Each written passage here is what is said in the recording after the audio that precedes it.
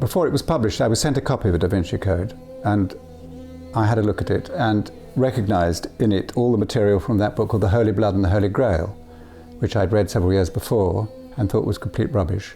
So I didn't actually read the Da Vinci Code until I was asked to review a book by an American academic called Truth and Fiction in the Da Vinci Code. And his book was very polite and sort of said there wasn't much truth and quite a lot of fiction.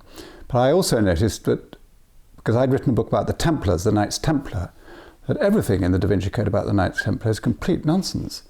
So my respect for Dan Brown as a sort of historical writer, or a writer who sticks to the truth of history, went out of the window.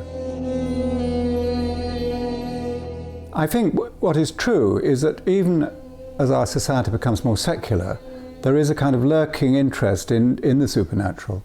And I think that's why a lot of, horror films and are so successful.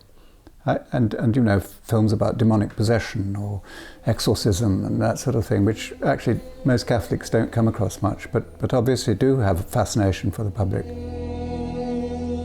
I think you find as a general phenomenon that a lot of the most successful books which deal with religion in any way are anti-Catholic.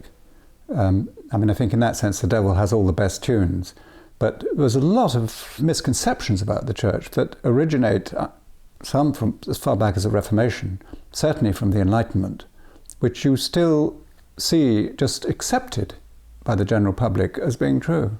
And it's really, I think, I regard as one of my missions as a Catholic writer is to try and disabuse the people of their misconceptions.